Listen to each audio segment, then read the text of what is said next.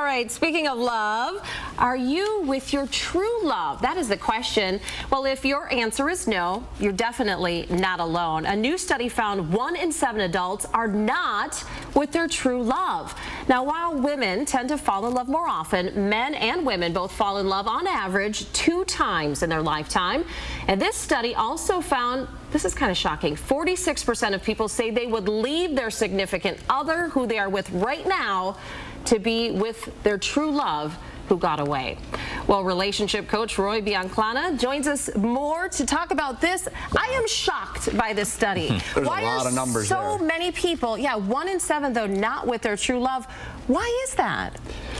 Well, if you would ask my wife, depending on what day it is, she might say, One day you're the true love, one day you're not. Well, there's a lot of reasons. I mean, one, the stat may be a little misleading. Maybe somebody died of cancer or something like that, and that was my true love kind of thing.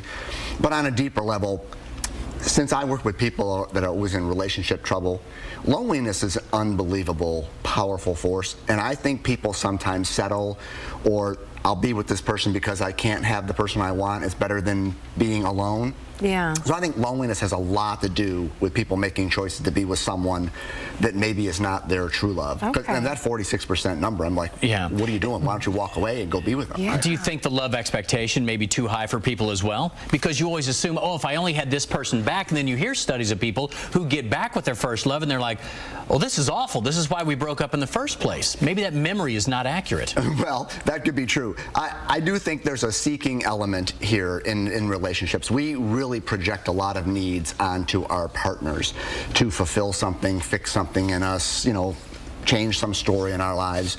And so if our current partner isn't really doing that, we always think about, oh, that person might have that I used to know in college or back when. So there's lots of seeking and settling going on. So what is your suggestion here? If you're married, if you can't be with the one you love the one you're with? Is that how it goes? Are you going to sing for us? I could. I bet you could. Well, I think the discussion should be around what does it mean to love, and what is true love really about. And on the deepest level, for me, true love is what's left in your heart when there's no more seeking.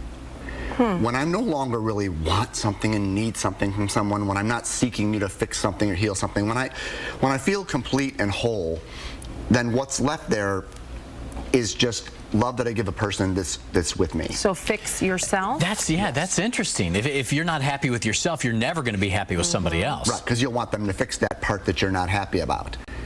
Get into all kinds of problems there. So really the answer is to look at your own definition of love and to work on your own self and get out of the thought of this person is in my life to is supposed to fix something or heal me in something. Before we let you go, I want to ask you about this because we had this little debate in the newsroom yesterday. Soulmates. A lot of people say, oh, I found my soulmate.